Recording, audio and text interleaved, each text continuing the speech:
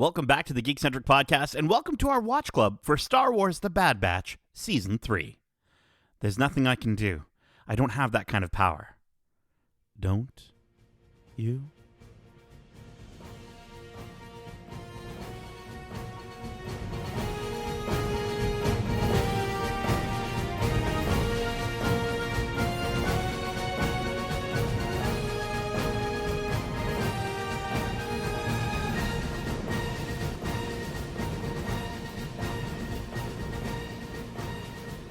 Welcome back to Watch Club. My name is CT0831, but you can call me Hugs. And this is our Watch Club for Star Wars The Bad Batch Season 3, Episodes 10 and 11. If you're joining us for the first time, this is Watch Club, our weekly review series, kind of like a book club, but way better. Keep in mind, we will be going into full spoilers for this series and Star Wars in general, so if you haven't watched this week's episode yet, be sure to do so, and then come right back in less than 12 parsecs. Now, before we get our blood tested for the 100th time, let me introduce you to our experimental crew of Ragtag Trooper. Sadly, our other batches have been abducted by the Empire, so we just have one batch joining us today, and he's taller than a Jawa, smaller than Jabba, and just as entertaining as Jar Jar. He's CT1231, also known as Edit. Oh, hoy. There, I filled in for Darcy. I don't know if he's okay with you just adopting a hoy. I can't take that. Let me do that again. Hello there. There you go. There you go. There you go. Yeah, no one's ever said that one before. Of course, for sure. Staple. Come on, it's Brits. Edit.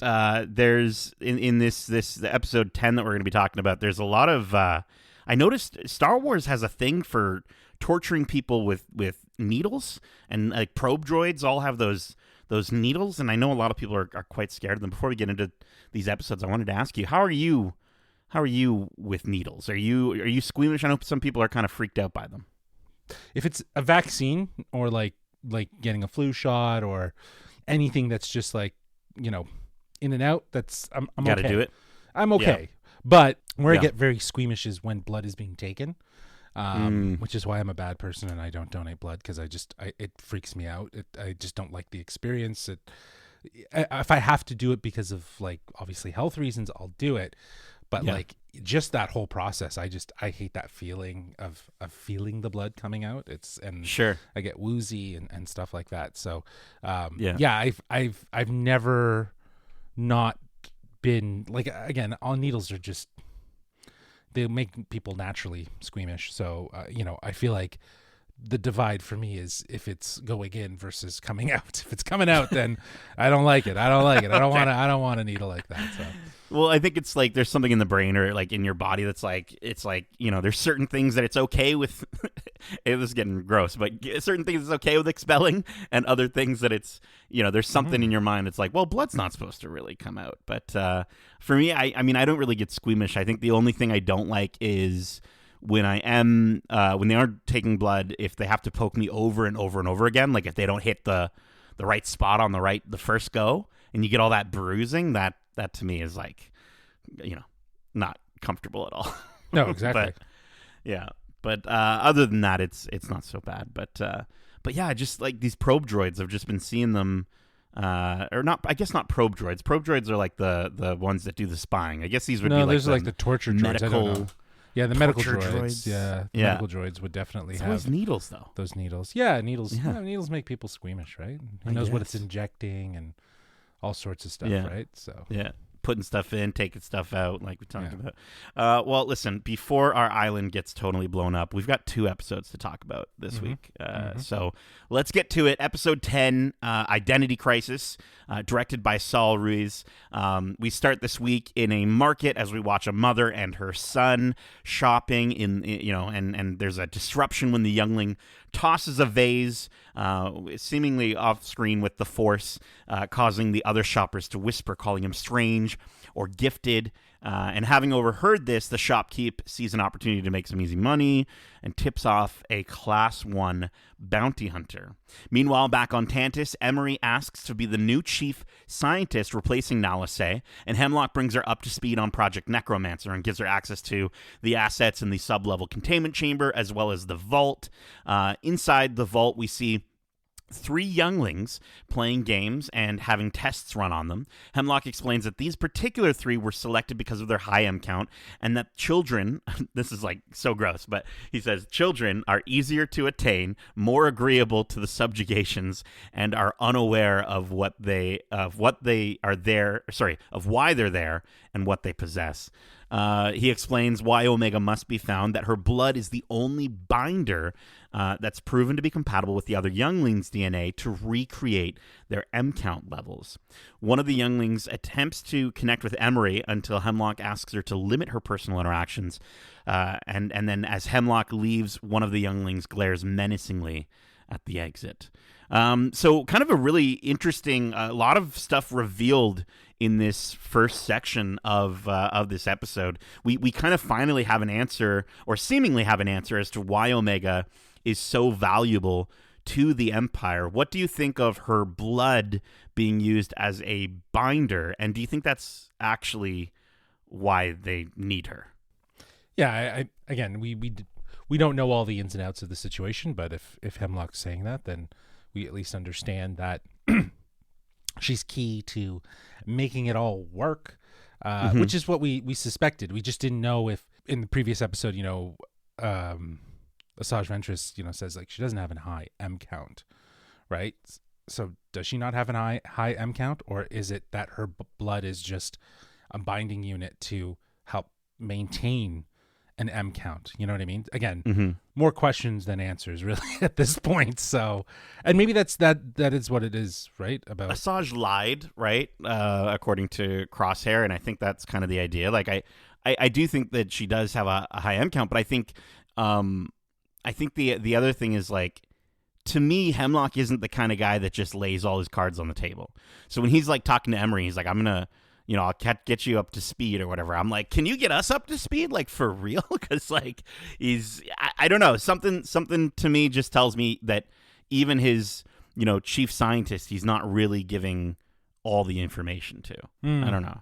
Yeah, I could see that he's probably playing it close to his chest. He's not revealing everything. But that said, yeah, I think it's interesting to refer to her as a binder, like as the thing that kind of holds the DNA together and keeps the M count at the state of what its original clone is. So I kind of understood the science to that, not like literally, but like just more or less the idea of like what her element is that she plays into this whole thing. I think that's makes sense to a certain degree, but to your point, is we might need more information to really understand how this is all play out. But it was nice to see a little bit of the science to it, right? To kind of actually get an understanding and get a little bit of an answer as to what's going on with Omega. I think it's excellent to see them pulling from the different species of Star Wars. I have no idea what that little hamster dude is, but like the young girl with the horns, Eva, she's an Iktochi, which is Jedi Master Saesee Tin in the prequel trilogy. Do you remember him with the horns, right? And then I think Jax is a Mirailin, which is like Unduli, Luminari Unduli, right? And I can't tell. I think the other youngling is also but we didn't really get to see too much of her. But there's so many species in this galaxy. Like it's nice to see that it's not just like 3 other human kids. You know what I mean? Like Star Wars, it's nice when we can actually get these, because I know that especially in the sequel trilogy, there were a lot of people that complained, like, where are all the aliens? Like, where are all the force wielding aliens? Right? Yeah, absolutely. Yeah, like it's not restricted to just humans. It's sort of the same thing that people were saying about like, or I think the misconception that the Skywalkers are the only Jedis. It's like, no, they're not the only Jedis, right? Like there's far more Jedis, right, than just the Skywalkers. So, like I think to see children, obviously, I think that's to pull obviously at the heartstrings of the audience and to have a sense of empathy and compassion, and also for a character like Emerie to really understand what is she signing up for, right? Like what is she being a part of? I think in a lot of ways when she's asking for that chief scientist's role. I think she thinks that she can probably do better with it than with that knowledge and maybe help whoever. As opposed to just sort of being pushed to the sidelines. Like exactly. Because like this entire time. Yeah. And I think she has a sort of desire, if you will, to want to do more. And as we can see through this episode and these instances with her and interacting with these, subjects, if you will, for testing, she starts to kind of question her role in this whole thing. Yeah, and I mean, I think you brought up the aspect that, like, yeah, they they're kids, and it's crazy to see just how dark they're taking this, right? Like with the choice of kids. Like we know the Empire is dark, but like to see it go, I think it goes all the way back to the Master Skywalker. There are too many of them. Whatever should we do, right? And it's like, damn, like Star Wars is willing to go there, and I don't know. To have children subjects, again, there's a lot of like validity in what he's saying, and why it makes the children make great subjects. It doesn't justify it, obviously, but what he's saying. Also, it's nice that it's not necessarily like dark and dreary, right? Like there's this sort of open communal space. They're trying to at least create some sense of comfort, even though the kids are so much old, like they're old enough to understand what's actually going on, that they know that this place isn't necessarily quote unquote safe, as it may seem, right? So I think that, again, it could have gone a lot darker, right? And you could have seen other children that just didn't make the cut, if you will. That would have probably... That probably would have had some people going, I don't know if we need to go that far. But no, I think that there's a sense of reason to why these are children, because I think inevitably when Omega gets to the point of where she is going to want to either understand what her M count is, I think these kids will be the ones to help her discover that. And I think also it's going to give her a purpose and a reason to fight and save them.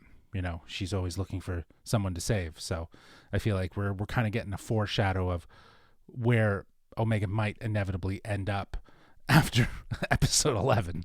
Right.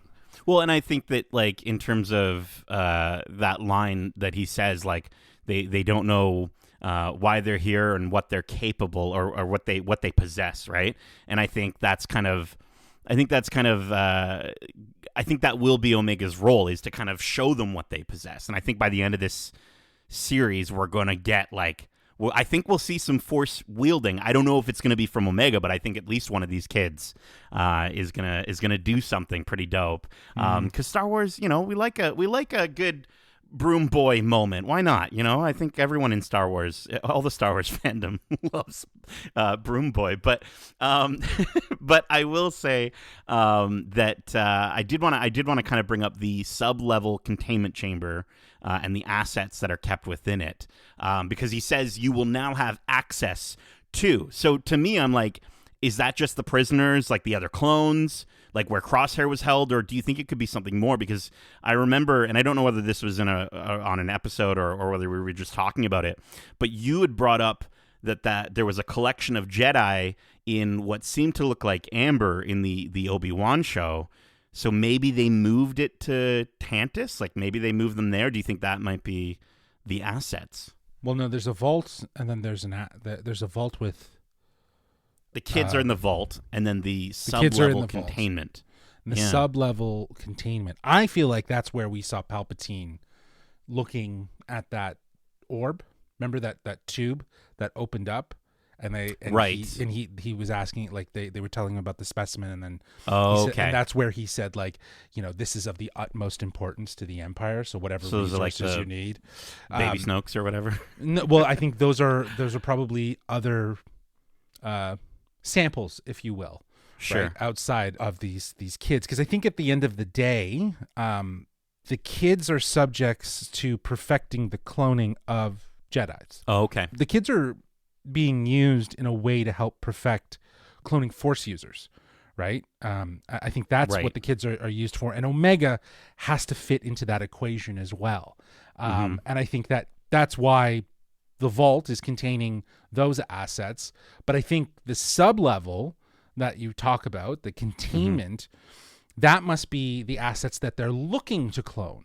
The protection of those assets, which could be Palpy's DNA or past Force wielders like the ones that we saw maybe in Obi-Wan that were in Ember. They took their DNA and so on, right? Because we know that, like I was saying, that those Jedi and those like sort of amber coffins, they're sort of acting as like trophies for the Inquisitors as they, go across the galaxy and get all of these different, lock up collect all these different Jedis. And you have to imagine that at the point of where this story's happening, they're sort of in the midst of it. Do you know what I mean? Like it's not like it's completely done, sort of. You know what I mean? Like I'm wondering how much Bad Batch kind of bumps up to Obi-Wan to a certain degree. We know Luke is like 10, right? When we see him in Obi-Wan. So it's like, is there an overlap, or is this like literally right before Obi-Wan?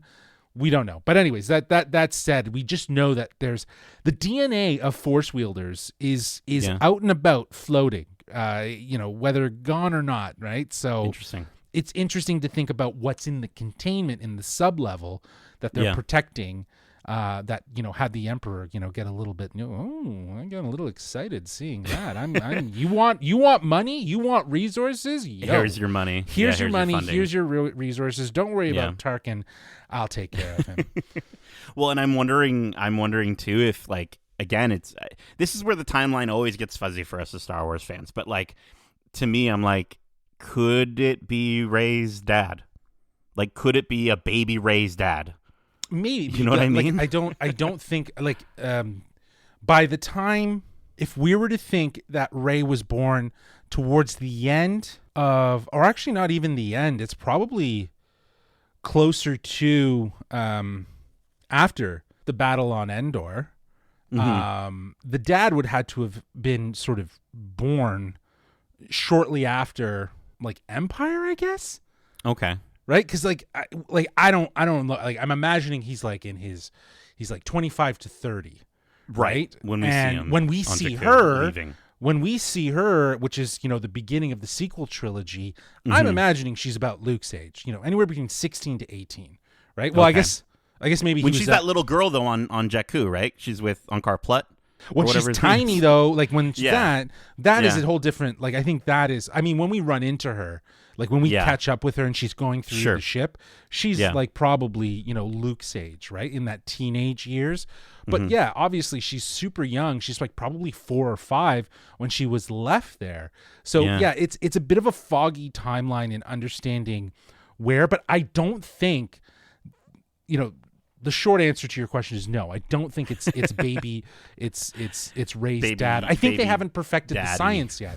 They haven't perfected the science yet, right? Right. And remember, like, I think in a lot of ways, Rey's dad was a bit of a failed attempt in a lot of ways. He didn't. I don't think he had the ability to use the Force, not like his daughter would, obviously in the future, right? So it was probably in him.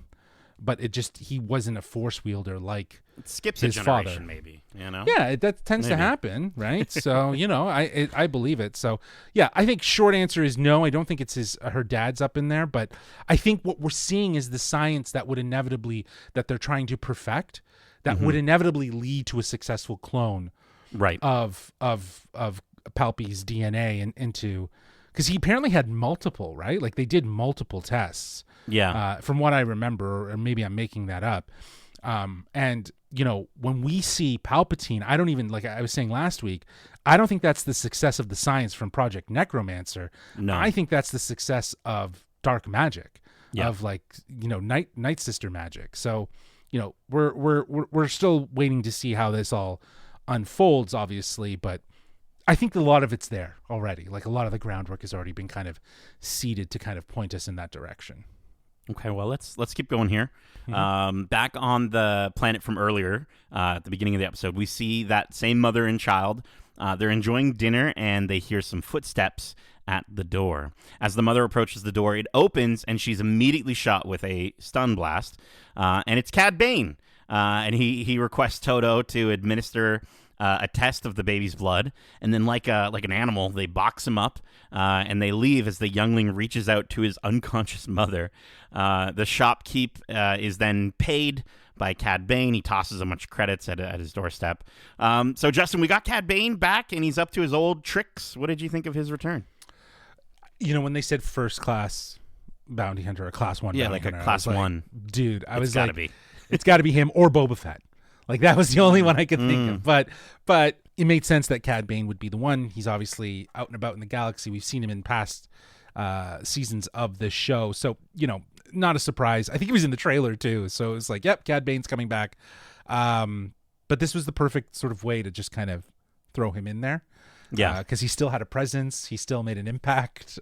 He was still dirty, if you will, just like, give me the money and let's go kind of thing. And it's very Cad Bane. It was great. It was great.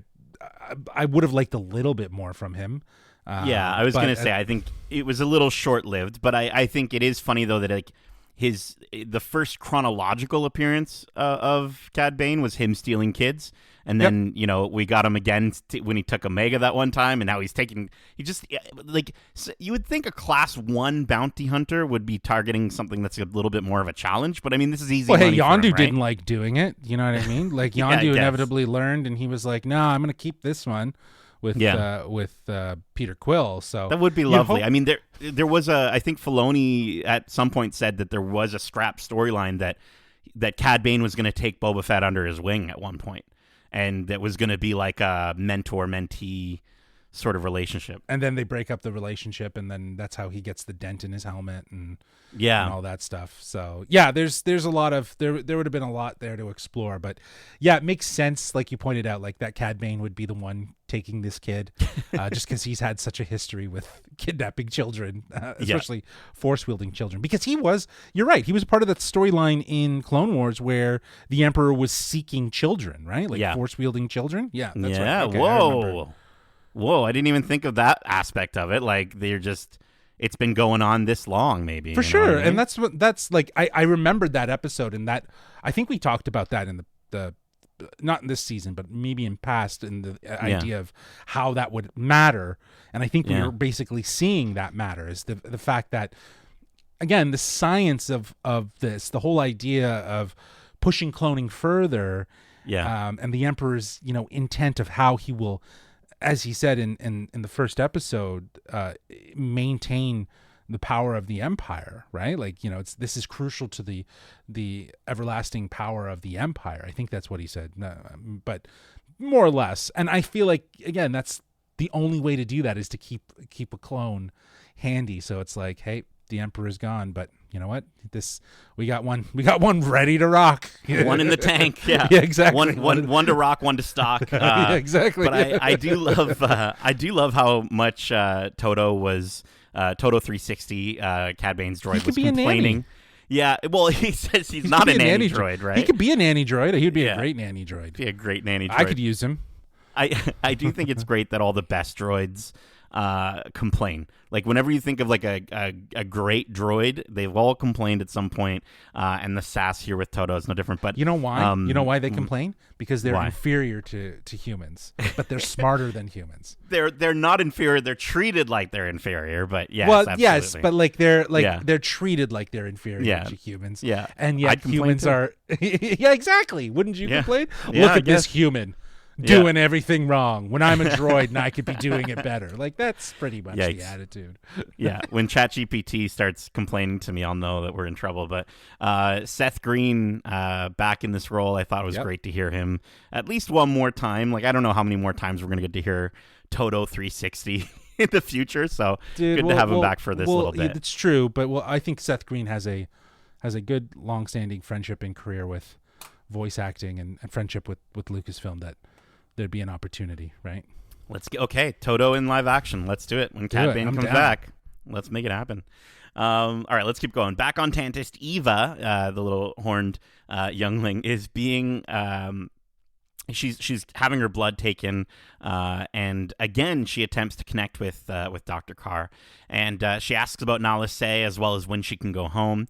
And then in the cell block over, SP-32 grabs Emerie's data pad and attempts to use it to escape, but is shot with a stun blast as he attempts to run past some troopers.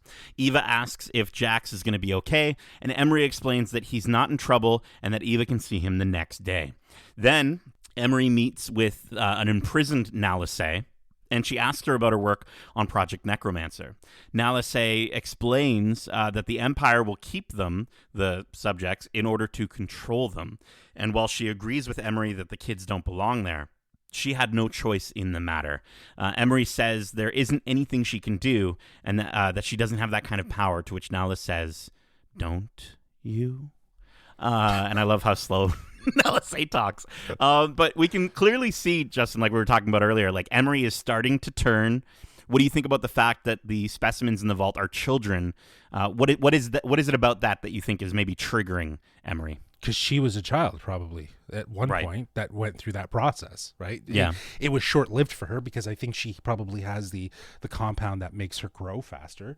But I think, through her relationship with Omega, she saw it. Through these children, she's seeing it. They're being used as test subjects with without any sort of permission, with any sort of certainty of like they will live after this.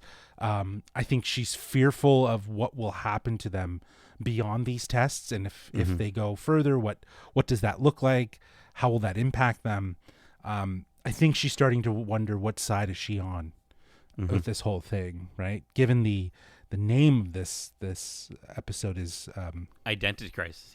Yeah, she's having an identity crisis. She's trying to understand it. And now sort of saying like, do you? It's like implying like she has the power. She has the will. Yeah. That's what it's really about, right? Like she thinks it has to be a stature sort of thing. Well, Hemlock's got this thing locked down, and how am I going to do it? No, she could go outside the lines, and she could do what Nala Se did for Omega and help them escape. It'll obviously look bad on her, but if she really did care, right, which I think we're starting to see that she is, because it's going to be interesting. Again, I know we haven't talked about the next episode, but given that our listeners have probably watched it, with Omega lands back at Tantiss, how's the relationship between the two of them going to be different, given this new insight for Emerie? Well, and I think it's really interesting, the line, "They're children like I was your plan to discard them too?" Exactly. And I think the really interesting thing about that is either she was on Camino and maybe felt discarded when she was brought over to become the Emerie that we see today, on Tantiss. But it also kind of makes me feel like she had more sisters. Like I feel maybe she had more sisters, and they didn't, like you said, they didn't make the cut. No, and they were discarded, and that put that fear in her, and that's what she's seeing. I think that's exactly what it is. I think she's starting. I think she was cold and callous in the sense that she distanced herself from those previous relationships. She didn't allow herself to process it. But now that she's interacting with children that are and Omega, right, she's recognizing her own, I think, grief of what she went through. Because I don't think discarded 2 is referring to her as being discarded. It's being referred to, as you said, to the sisters or that she had around her at a very important time in her development that she no longer sees, and she probably doesn't know what's happened to them, and likely they're gone, right? So I think again this is unraveling. It kind of comes back again to the name Identity Crisis. It's unraveling Emerie's grief in and around this whole situation by seeing new factors in this, again, equation, if you will, that they just don't have a choice, right? Yeah. And she's starting to realize she didn't have a choice either, but she just accepted it. But like you said, like she's now in the worst, like sort of the best of the worst possible situations, right? She's put herself in that place where, and especially with what Nala Se reminds her of, it's like, you have more ability now than you ever did before. Exactly. And so it'll be interesting to see kind of where her character grows from here. But listen, let's keep going. After being informed about the next specimen, Emerie requests that she oversee the retrieval of the new youngling, and Hemlock says, do as you wish, because he's distracted by the fact that Governor Tarkin is FaceTiming in and wants to chat with him over holomessage. During the meeting, Tarkin questions the funds needed for Hemlock's experiments. Hemlock explains that the project is of personal interest to the Emperor and that it's classified. Tarkin warns him that if the project fails to yield proper results, it won't bode well for his operation or himself. Hemlock, frustrated by this interaction, immediately contacts the assassin trooper and demands an update. The trooper mentions that he tracked down the Trandoshan and that she gave up a name of a pirate that's been in contact with their target. Hemlock questions the trooper's ability, saying that he already failed once, and says no more mistakes. Do not return without Omega. So, Justin, really quickly, I mean, I don't want to spend too much time on this, but we haven't seen Sidderin Scaleback for this entire season, and yet she's still ruining the Batch's lives. What did you think of this betrayal, and do you think it was really like her choice, or was it maybe? I don't think forced? It was her choice. I definitely don't think it was her choice. I would imagine that there was force used, probably in a way, to get that information from her, but. Yeah, it was a no-brainer when you heard the Trandoshan that you thought of her. And again, we don't know the circumstances of the situation, but I would assume that she probably wouldn't have given it up willingly. There was probably a little bit of it's a matter of how much, right? Was it more of a fear tactic? He scared her, and then she was just like, okay, well, I don't know where they are, but she will, right? And she, she says, pass it off to this person, and hope pass that she it can off to herself. that person, and then maybe she can handle herself. Exactly, right? Yeah. Because she could have probably said Pabu. Do you know what I mean? Like, I think she's probably in the know that she'd be aware of that probably through contact with Fee, right? Probably, I would imagine. Right. Yeah. But I do think it's a bit of a shame, because I mean, I love Rhea Perlman. I think it would have been great to actually have gotten to see this. She's selfish. She's gonna save her own skin. No, of course. I just mean like, of course, like I would have loved to have seen her come back, and we might see her come back. We might see her show up in sort of a redemption story towards the end, to maybe help out the Batches and give them some information, right? Like, when we get to it, maybe I have a theory, but we'll see. Okay. And then the only other thing, the warning from Tarkin about the funding. Do you think we're seeing Hemlock survive this series? Like, I think he's going to get. To me, it seems like he's going to be taken out like every other Imperial that's frustrated or will frustrate Tarkin in the future. A la Krennic. Like, do you think Hemlock will actually make it through, or is this the last? Is Tantiss going to make it through? Is what I'm wondering, right? The entire place, right? The planet itself might very well make it through, but who knows? Do we see an unoperational Death Star show up at Tantiss's front door and decide to like take it out because of its incriminating information? I doubt that, but. Again, we've seen already with the way they took out Kamino that, it exists, that there's planet killers that are already out there outside of, before we even get to a Death Star. For sure. It's definitely something that we could see. And down I mean, that's them hiding, that stuff too. Like it's when the Empire is done with something, they take care of it. Yeah, exactly. So if like, we obviously know Project Necromancer will survive.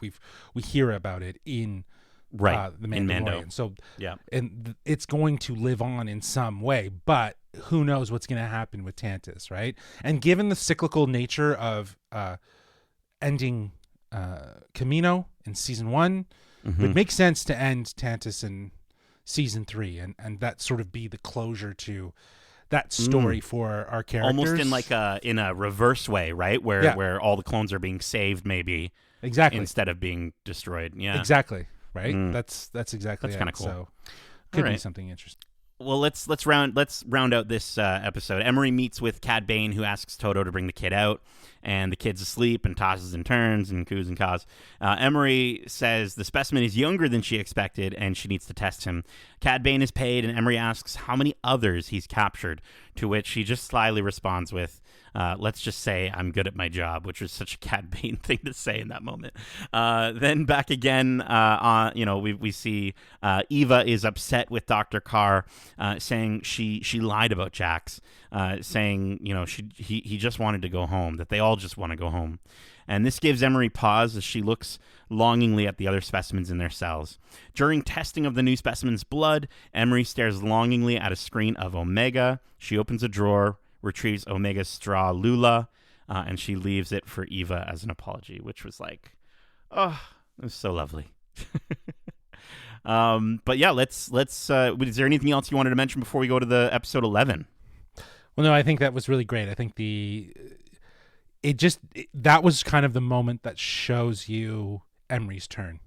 Yeah. Do you know what I mean? Like she's embracing her empathetic nature. I think she's finding compassion, and she's reminded of Omega in this moment. Yeah. Do you know what I mean? Yeah. Like that's, and what Omega had to keep herself grounded was a friend, right? It didn't need to be Emerie, right? But it was someone, it was something. So yeah. I think that's sort of the touching side of the way we close out this episode. So, she's come kind of full circle, I believe, and I think maybe she's starting to understand herself more. Yeah. Okay. Let's get to episode 11. Yeah. Point of No Return, directed by Nate Villanueva. On a distant moon, Fee lands her ship in order to refuel it. While she waits, the assassin trooper sneaks aboard her ship and accesses her Navi computer and the coordinates to Pabu. Fee senses danger, but when she walks towards her ship, the trooper has already snuck into the shadows. After reporting back to a clone commando, he sends the coordinates and heads off to do some reconnaissance. Back on Pabu, the batch is loading up the ship with supplies as they're about to leave the island. Omega explains to Liana why it's safer for everyone that they leave. Omega leaves treasures from their adventures. She leaves two things. She leaves Tech's glasses, and she leaves her own personal Lula, or I guess Wrecker's Lula. Liana asks if she'll come back, and Omega says she hopes so. Justin, what did you think of this moment? What did you think of the treasures that Omega leaves behind? Yeah, the treasures got me. Seeing Tech's goggles, understanding the importance of Lula. Yeah. Like it all just, it all was a nice little moment. It was crazy how fast we roll into this episode in the sense of like, oh, they're out of there. So like they were like literally packing up. They're like, we got to get the hell out of here. So they took Asajj's advice, and they're up and out, and it makes sense, that, like they're saying, like they need to let these people live in their lives and their safety. And because every moment that they're there, they're just putting them in danger, as we will see. Yeah. Well, and I think, this was heartbreaking, heartwarming. But I think seeing Tech's glasses specifically, it makes me feel as though he is actually gone. Like I there's a couple of elements in this episode that I will bring up later, that I think kind of point to that as well.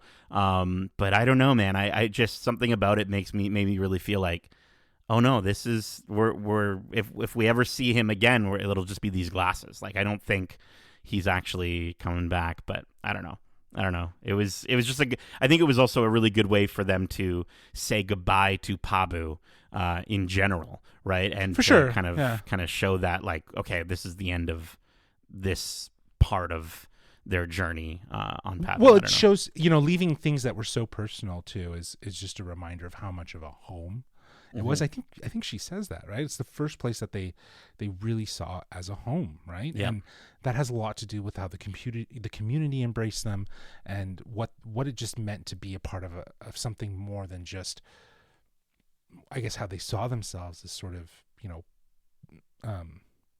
defected clones, right? Or just defected, right? Yeah. So I think there's something very sentimental about the importance of why those items were there, because of just how much the sort of sacrifice and they've given to get to that sort of sense of security. I think it's really pretty. Yeah. Yeah. And I will say, I thought that she was leaving Batcher at one point as well with Liana. But I was like, I don't know, like Batcher's kind of part of the Bad Batch now. Like it's another member of the Bad Batch. So I feel like she's going to stick around. But let's keep going here. Shortly after the assassin arrives, Hunter senses danger and tells Omega it's time to leave. Then we see Wrecker loading the ship with Gonki. He turns towards the ship and hears a blinking light. And then, boom!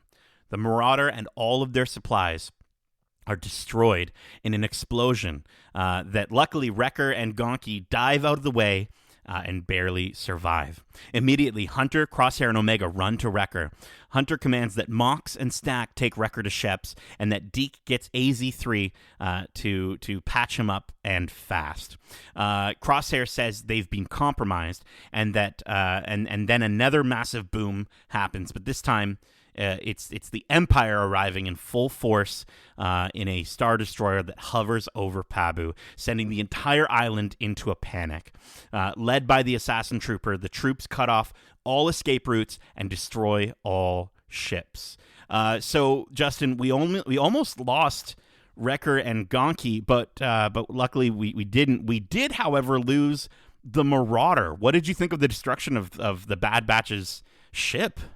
Well, it's funny. We were just talking about how Pabu's become their home, and that ship was actually probably more of a physical representation of their home. So to see all that history, all of that destruction, I equate it to the way, when we saw Mando's ship blown up, right, in season 2, and just holy hell, like we were on a journey, we were on an adventure with Mando, we were on an adventure with the Batches over the last 2 seasons. So to see that ship destroyed, it's pretty wild. It is pretty wild. So yeah, I'm hoping it's the Razor Crest. I can't remember. The Razor Crest is Mando's. The It's Marauder Mando's, right? is theirs. Yeah. The Razor Crest is the one that Mando's ship had destroyed. I was just trying to remember what the ship was called, but yeah, no, that was like I definitely had my mouth open for that one. I was like, oh my goodness, that's almost like taking out a character. But then if they took out the Marauder and Wrecker, I'd be done. I wouldn't want to watch anymore. Bro, that'd be so rough. I mean, I think it's like we talked about last week. It's like, oh my gosh, like Pabu is gonna get rocked, and I mean, it does get rocked, but like, I never suspected that their mobile home would be taken away, and it's such a cool ship. The only thing that gives me a little bit of hope is that maybe now, based off of what happened in The Mandalorian, maybe all of them are gonna get their own Naboo starfighter. You know what I mean? Like, just give each of them a Naboo. Gonki can sit in the back. You know what I mean? Like, just make a square hole. Wrecker could like punch it. Yeah, because they're gonna need a ship, so it'll be interesting to see what that looks like, what they get, and what they get, right? So, well, and I love how Gonki is truly part of the team when Wrecker tackles him out of the way of the blast. Like, you know what I mean? Like, I think like it's funny in an episode where we see Fee like just arguing with her droid and like saying all this stuff, and we just talked about this entire time, like droids are like second class citizens, but not to Wrecker. He's got a special relationship with Gonki, I think. No, for sure. I definitely agree. Buddy. Yeah, for sure. But it definitely is workout buddy for sure. Yeah. But not to say that I don't think that any of the characters from Star Wars don't have some sort of personal relationship. We've seen personal relationships all along the way between humans and droids that have been very meaningful and very touching. And I think, again, to see Wrecker throw himself to get Gonki out of the way, like that's, that just goes to show how much that droid really does mean to Wrecker. So yeah, beautiful. All right. Well, Omega witnesses the destruction all around her, and she laments how it's all her fault. Hunter reminds her that it's the Empire's fault, and she needs to stay focused. The batch split up to do everything they can to protect the town, and until Omega is turned over, the assassin trooper tells Shep that the island will burn. During the confrontation, Wrecker starts to recover. Hunter attempts to steal a ship and fails, and Crosshair and Omega devise a plan to get her captured while planting a tracker on the ship that she's captured in. Crosshair says there's way too many variables, but Omega reminds him to focus on the bigger mission. Justin, what did you think of Omega's decision to let herself get captured again?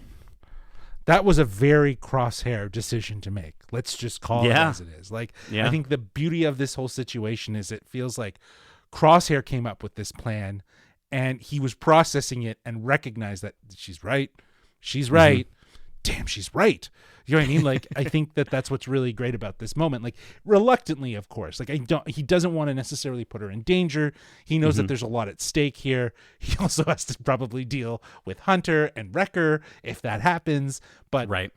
I think it's really, again, as we've been saying when we watch these shows and as we see Omega, she's growing up. She's becoming smarter. She's a soldier first. Meg said it best last week, right? Like, she's thinking tactically. She's thinking more intelligently about how they need to get the upper hand, because right now they don't have the upper hand. So to let them think like they've won is sort of letting them have the upper hand. But we talked about this too, because offline, I know that like at the end of last season, when she ends up inevitably leaving with Hemlock, it's sort of like she's giving herself up as well to save the batches, so that the batches are okay, right? And, you know, making sure nothing happens to them. Here, she's doing it obviously for Pabu, but she's also doing it with the hope that this time it'll be different.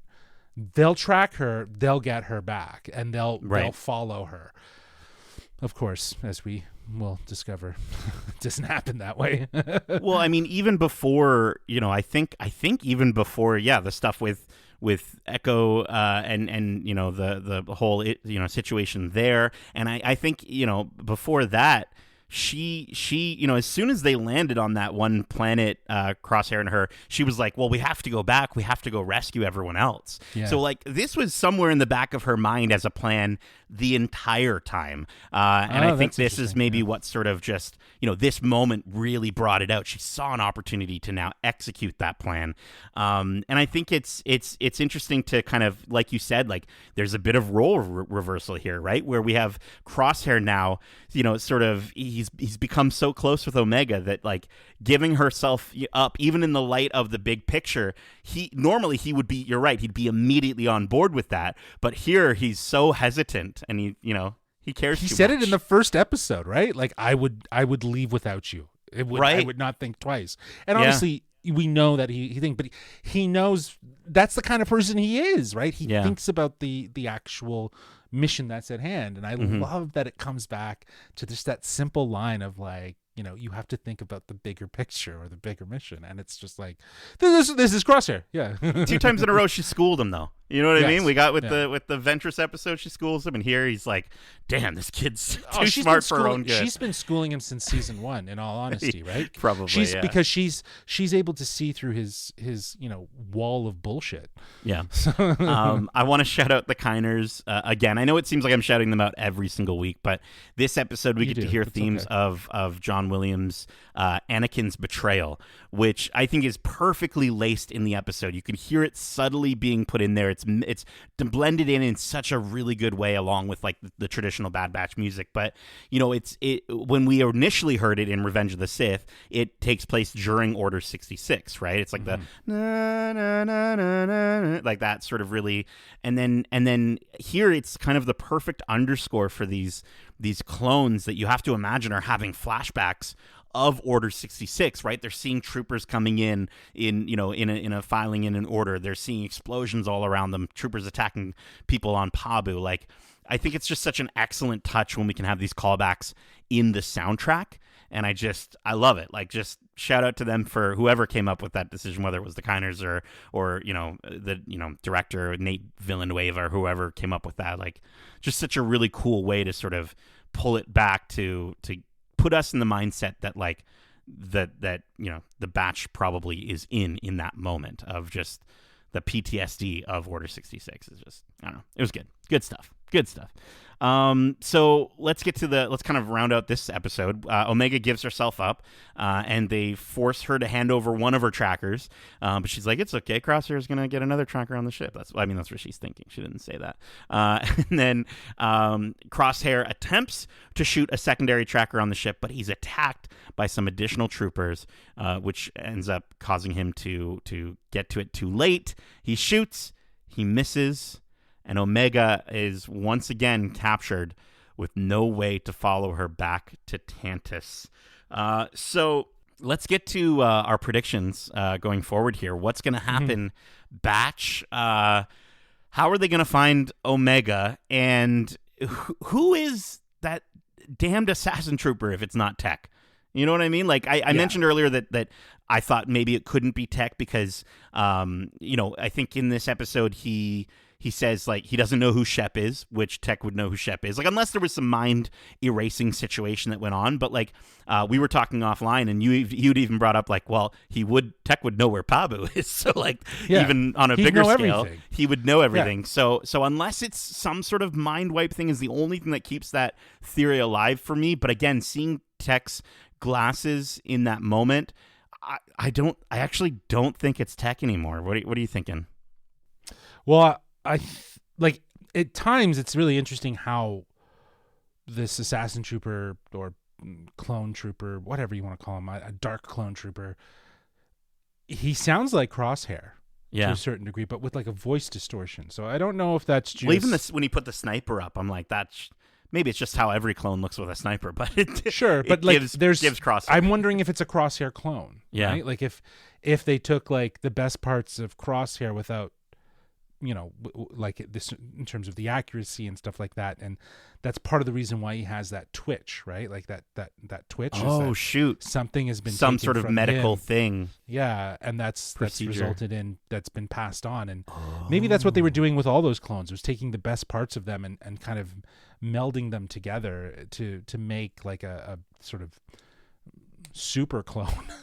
Right. of skill sets, we see the shadow. Are they called the shadow troopers in Mandalorian? Like, could this be like a beta version 0.1 version of those? You know what I mean? Sure. Yeah. I think that that could definitely be at play here. Yeah. But yeah, I don't know. There is an importance to him, as we've seen throughout this, and maybe it's nothing. Maybe it's as simple as the dual lightsaber Inquisitor that was on Ahsoka, who just died. Everyone thought it was someone. Yeah, exactly. Oh, no. But it could literally be nothing. It would be amazing. It would be amazing. Sorry, really quick. It would be amazing if they did somehow slice him in half and he just turns into a bunch of black smoke. You're just like, damn it, they got us again. Dave Filoni's just laughing somewhere in the background. Brad Rao. Yeah. So good. I think though I'm gonna just throw it out there as a potential option. I wonder if Sid is going to help find Tantiss. Ooh. I wonder if she's gonna feel guilty. I think Fee is gonna maybe help and assist in that as well. I think there's maybe. I feel like that's the only way. I think she's gonna say like, well, he wasn't that smart. I was able to find out where he came from. Like, you know what I mean? Like, I think she's going to have some intel that she can then pass on to them. That would be a nice good way to repair the relationship, and also just show like a sense of, she's always really cared about it. And maybe she's more concerned for Omega, right? Mm-hmm. Like, even if it's like the sentiments of like, Hunter, make sure you get the kid back, right? Like, that would be a great way for Sid to go out, right? As a character that we wouldn't see maybe for the rest of the season, but like as a sort of fond farewell. She recognizes it and she says goodbye. I would do it that way, but that's me. I hope Jennifer and Brad, I'm sure that if you're listening to this, you probably got a far better way, but it would be cool to see Sid kind of have a redemption character, because like you said, like Rhea Perlman is lovely and as this character, and I've really enjoyed seeing her throughout. And we haven't seen her. We haven't seen her. I think we saw her on like a holograph. Like she FaceTimed in on the batches. I don't think in this season. No, I don't think. Yeah, was it at the beginning? Maybe I'm thinking. Maybe it wasn't. Okay. I don't know. Maybe season 2, but I think we'll definitely have to get Echo back at some point. Like I think Echo, they're gonna get the band back together and take down Tantiss. To me, though, I was wondering like maybe Echo is like, oh, one of our contacts came through or something. Like maybe it's as simple as that. Like they he comes in and says, well, we've got a lead or something, and that leads to another adventure, which leads to another thing. And how many more episodes do we have left? Like we've got like we have 4 more episodes, so 4 more weeks of episodes. So okay, they've tightened things up. So I think these last 4 really just need to be story that feed into the finale. Yeah. I don't know. Maybe the next one is episode 12 is an adventure story before we get into a solid 3-part finale arc, sort of could be. But I just feel like with so much, like with a finale in sight, you can stretch things out a little bit more. So who knows? We'll see what next week will bring for us, but I'm excited. These 2 episodes definitely, they don't fit together like the other back-to-back episodes. I thought they were very like yin and yang. Sure, in the sense of like one was very character focused on Emerie and showing the sort of her progression and her arc, like giving her a bit more of a understanding of what she's participating in and how she's been very complacent, and I'm interested to see what's going to happen with her characters. And then also obviously the course of events that's happened in episode 11 here with Pabu being taken down to a certain degree, and then the Batches kind of being left with a no ship, and Omega's gone. Like it just, they didn't necessarily have the 2-story part thing that kind of worked for I believe it was 6 and 7 and 1 and 2, even to a certain degree. Those felt very 1 and 2, like part 1 and part 2. Here it just felt like episode 10, episode 11. So yeah, and I'm okay with that. It's more or less, these episodes feel like they're setting up for the next 4 episodes. Okay. Big things. Do you know what I mean? Yeah. Well, let's kind of, if you want to maybe expound a little bit on that, let's move into our final thoughts and score for both these episodes, which we're going to be rating both of them out of a score of 5 high M count specimens. So go for it. Yeah, like I really enjoy this episode, and I feel like my score is just a reflection of how I'm feeling about this entire season thus far. Yeah. Because I think each episode, obviously there's things narratively that people may or may not necessarily agree with, but at the end of the day, what I feel like when we're looking at it, it's hard to give these things a rating. I really want to look at the end of the season, and that I think will be my sort of final thing. So I'm going to give these episodes a 5 out of 5 for just being solid examples of 2 solid examples of sort of mixed storytelling that do set the bar and set the stakes, if you will, for what will be a great 4 episodes leading into a finale. That's my hope, obviously. Yeah. So I think the last 4 episodes, I'll definitely be looking at a little bit more, I'll be more attuned to, just because I know we're getting to that finale. Yeah. And everything really does feel like it has been set up for these final moments. But I loved seeing, in episode 10, I loved seeing, all the stuff with Emerie, and this is just very character focused. It reminded me of the first episode in a lot of ways. And you gotta love a little action, a little adventure, and also just to see your heroes lose, because that does give you more amped to see how the outcome of this is all going to play out. So I'm very excited. So yeah, 5 out of 5 for both of these. 5 out of 5 high M counts. Okay. Yeah, I think for episode 10, I think we get a really cool thing that I love in any series, and we always, like, whenever they do this in any show, we get a bottleneck episode, right? And this one focused on Emerie, and I think, we said we really wanted it last season, and so to learn more about her, and I think this episode is great, and I think it gives us more backstory, but in a way that still progresses the story forward, which was really, really impressive. And I love that we can sort of get an episode that doesn't have any of our Bad Batch, doesn't have Omega, and yet we still get to move, we get the snowball rolling, right?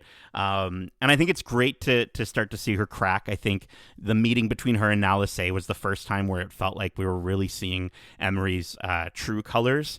And I think this is just, like you're saying, it's an intriguing setup for where her character is going to end up. So yeah, I'm going to give episode 10 a very solid 4 out of 5 high M count specimens. I think for episode 11, it was a wonderful, intense, action-filled episode. I think it's rare to get like sort of thriller-style twists and turns in Star Wars, and so I think this one had some really good high, like, stress, intense moments. I think that moment with Hunter on the ship was crazy. Like, we don't really get to see that too often, of like being on a ship that's like, kind of in the middle of going down, and it's just him, and he has to like jump off, and I don't know, maybe we do in Bad Batch, but I think I just, the entire time after seeing Tech's glasses, I was just like, okay, so someone's gonna die this episode. Like, that made me feel like, oh, that's just foreshadowing that, like, no one's safe. Look what happened to Tech. Now something. And then so as soon as Wrecker got blowed up, I was like, no, please, no. And I think the entire episode just sort of had me on the edge of my seat, which was awesome. And I think it's great that they like to scare you throughout the entire 22 minute run. And the Kiners music, as I mentioned in the episode, was phenomenal. And just there was just that last sort of hold your breath moment of Crosshair shooting and missing, which is not something we normally see with him.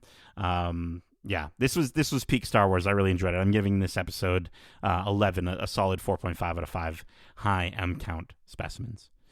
But that is it for this week's Watch Club. We hope you enjoyed it for Star Wars The Bad Batch Season 3. We hope you enjoyed it. And if you did, make sure to subscribe to us wherever you like to listen to podcasts, if you haven't already. And if you want to write into the show with your thoughts or your predictions on the shows we cover in Watch Club, well, listen, you don't have to get abducted by the Empire again. Instead, Justin, can you let the big, beautiful batches know where they can reach us by holomessage? Well, they can reach us at wearegeekcentric@gmail.com. That's wearegeekcentric@gmail.com. Or they can reach out to us on X, formerly known as Twitter, at GeekcentricYT, or on Instagram at wearegeekcentric. We've also opened up a channel in our Discord, so you can join using the link in our description. Come over, tell us your thoughts and theories, and we might be able to just talk about them on the Watch Club itself. We've got 4 more episodes of Watch Club, I guess, coming up to round out this season, this final season. But we've got a ton of other great episodes covering the latest in movies and TV shows, including our recent spoiler-filled discussion on Ghostbusters: Frozen Empire, our spoiler-free reviews for 3 Body Problem, X-Men 97, Invincible Season 2 Part 2, Kung Fu Panda 4, Extraordinary Season 2, and Dune Part 2. A lot of numbers throughout those. Plus, we have a special This Week in Geek episode that we posted that just talks about some of the latest and greatest trailers and, all the things that we are just hyped for, and what's to come throughout the year that we'll be sure to be covering.